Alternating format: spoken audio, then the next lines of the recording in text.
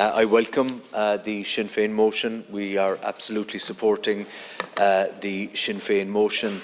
I too would like to speak to two specific scenarios as they relate to my own county of Cork, and which certainly reflect the experiences of the Sinn Féin deputies in terms of their relating of their stories as in their own constituencies. An email that I received from a person who I don't want to give her name, quote unquote from the email: last Saturday, an elderly man, 85, crashed into two parked cars on the side of the road. This was the Ballyhooly Road coming from Glanworth. I'm being deliberately parochial about this because I think it needs to be highlighted. The man called the ambulance immediately. The man was informed the ambulance would be 20 minutes. I offered first aid at the scene. That was my correspondent. The man appeared okay, but had pain in chest and down his left arm. The fire brigade attended the scene quickly. The man was kept in the car waiting for the ambulance. The fire brigade crew kept him as comfortable as possible with blankets and a tarpaulin. The emergency services told the man that his ambulance had been diverted to a heart attack and his ambulance was cancelled. An advanced paramedic did arrive about 1.5 hours after the accident had happened, and around the same time a local doctor saw the lights and came to help. The Gardaí were on the scene throughout. Eventually, 2.5 hours after the accident, as the night was cold and wet, the man had to be taken from the car and brought to a neighbour's house for his health and safety. At this point, there were 5 fire engines, 3 Garda vehicles and an advanced paramedic on the scene. They were able to clear the road and open it again. It was 3 hours and 20 minutes before an ambulance eventually came, and it was 4 hours after the accident before the man left in the ambulance for hospital. So that's quite a typical case, and I mentioned the locations there because I want to specifically put on record the locations as being, a rural area in Cork, but no more than 20 minutes drive from Cork City and the nearest tertiary hospital. No more than half an hour, I would say, from the nearest secondary level, secondary care facility.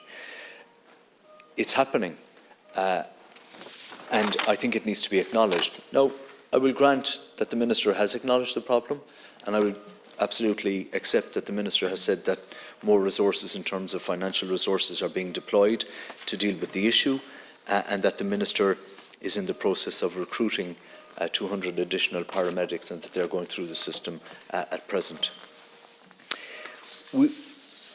There is a legitimate expectation on the part of every citizen to expect that emergency services operate on the basis of the pre-hospital emergency care guidelines, the so-called FEC guidelines, and that there is a time limit by which each call would be triaged.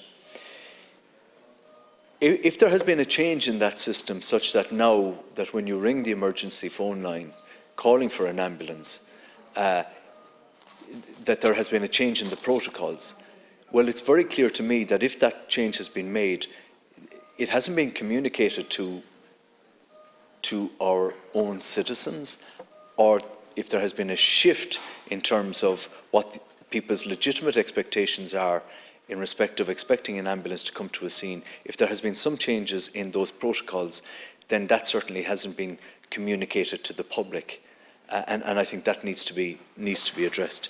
But notwithstanding all of that, the simple thing that occurred in that incident was that there shouldn't have been any ambiguity in relation to any protocol in relation to pre-hospital guidelines where an 85-year-old man was involved in a road traffic accident. There shouldn't be any ambiguity about the need to ensure that a hospital arrives or that an ambulance arrives on time and within the pre-hospital guidelines. And that's really why I'm articulating that particular case. I've also received correspondence from a paramedic. Again, I'm quoting from an email that I received. I'm a paramedic in the National Ambulance Service, and I've recently learned of a bantry from my ambulance crew who crashed returning to base in what is apparently a result of exhaustion. The crew in question had clocked up I'm yielding 3 minutes, so by prior arrangement, so I'm okay on time, I think. The crew in question had clocked up 600 kilometres in one shift. Thankfully, neither the crew or another road user was seriously injured. The crew escaped with little or no injuries. However, the next time, the crew, the potential patient they carry and other road users may not be so lucky. This is a result of NEOC, National Emergency Operational Control and National Ambulance Service Management refusing to treat paramedics or EMTs with the dignity they're entitled to and deserve. And that runs to the heart of this issue as well. And that really does need to be sorted.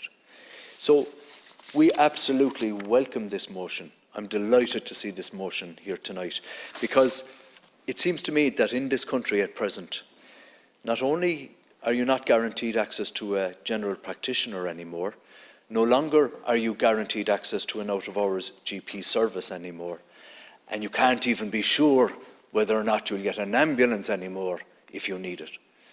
Something's going seriously, seriously wrong here. I mean, the place is going to hell in a handcart fairly lively. I know we're in the middle of a pandemic. We all understand that. But I think that the testimonies that you've heard here tonight, Minister, are crucial, and we need to see the ship being turned around very quickly to ensure that people have confidence, that the public has confidence that the system will deliver for them. And at a very minimum, that an 85-year-old man could have the legitimate expectation for all of his years that if he was involved in an RTA, that there would be that case would be prioritised.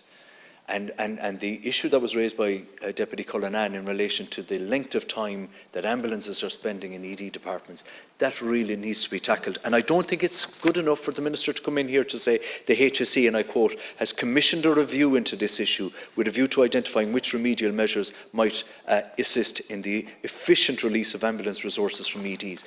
We know that this is going on for ages. Ages and ages. I couldn't put a timeline on it, but the dogs in the street know that ambulances are being backed up in emergency departments since Adam was a boy. I mean, it's time now, really. You know, the day for coming into the House with that kind of language is gone. We need a response, and I apologise to my colleague Deputy Nash for going on.